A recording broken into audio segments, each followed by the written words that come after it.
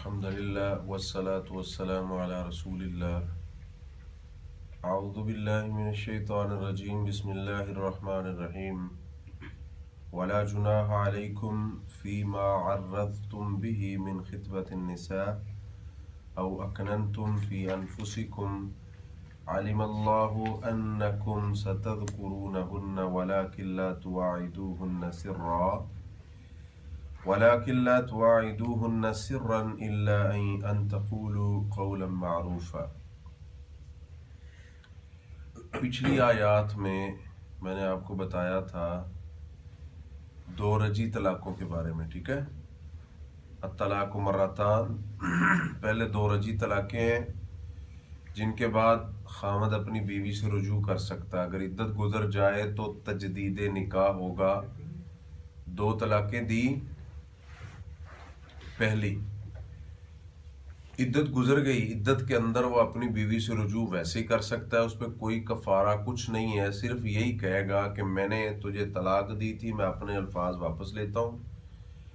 اگر دو طلاقوں کے بعد عدت گزر چکی ہے تو پھر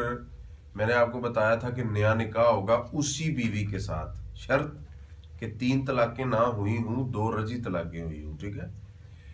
جیسے وہ حضرت ماقر رضی اللہ تعالیٰ عنہ کی حدیث میں نے آپ کو سنائی تھی۔ اس کے بعد جب تیسری طلاق دے لیں، طلاق بتہ، تو پھر وہ عورت اپنے پہلے خاوند کی طرف کبھی بھی نہیں آ سکتی الا کہ وہ کہیں اور شادی کرے اور وہ خاوند اس کے ساتھ شادی کرے، ٹھیک ہے؟ حلالے کے لیے نہ کرے، چونکہ اللہ کے نبی صلی اللہ علیہ وسلم کی میں نے آپ کو حدیث سنائی تھی کہ آپ نے حلالہ کرنے اور کروانے والے دونوں پر لعنت فرمائی ہے۔ کسی اور سے شادی کرے، پھر وہ زندگی کے کسی موڑ پہ اس کو طلاق دے دے تو پھر پہلے کی طرف آ سکتی ہے، ٹھیک ہے؟ اس کے بعد میں نے آپ کو بتایا دودھ پلانے کے بارے میں کہ اگر خاوند نے بیوی کو طلاق دے دی ہے، اب وہ جو طلاق کے بعد وہ جو بچہ پیدا ہوا دونوں کا ہے، ٹھیک ہے؟ تو اس میں نے آپ کو بتایا تھا کہ 2 سال وہ دودھ کی مدت ہے، مشورے سے وہ پہلے بھی چھڑا سکتے ہیں، اور اگر خاوند اپنے بیٹے کو دودھ کسی دائیا سے پلوانا چاہتا ہے تو کوئی حرج نہیں ہے، لیکن اس میں آپ کو بتایا تھا کہ مد نظر یہ رکھا جائے گا نہ ماں کو پریشان کیا جائے گا نہ باپ کو پریشان کیا جائے گا بیٹے یا بیٹی کی وجہ سے، ٹھیک ہے؟ آج ہے کہ وَلَا جُنَاحَ عَلَيْكُمْ، تم پر کوئی گناہ نہیں ہے، فیما اس بارے میں، عرضتم جو تم اشارہ کرو بھی اس کے ساتھ، من خطبۃ النساء عورتوں کو پیغام نکاح کے بارے میں۔ کیا مطلب اس کا؟ کوئی عورت ہے نا، اس کا خاوند فوت ہو چکا ہے، ٹھیک ہے، یا اس کو 3 طلاقیں ہو گئی ہیں، تو آپ اس کو اشارے کنائے کے اندر پیغام نکاح دے سکتے ہیں، اس میں کوئی حرج نہیں ہے، ٹھیک ہے؟ اور اس کی دلیل صحیح بخاری کے اندر حدیث نمبر 5164 ہے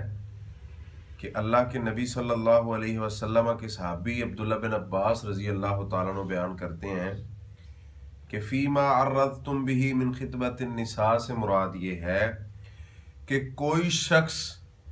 کسی ایسی عورت کے جو عدت میں ہے، یہ رجی طلاق نہیں ہوگی، 3 طلاقوں کے بعد جو عدت میں ہے، ٹھیک ہے، یا جس کا خاوند فوت ہو چکا ہے تو وہ عدت میں ہے، ٹھیک ہے، ایسی عورت جو عدت میں ہے اور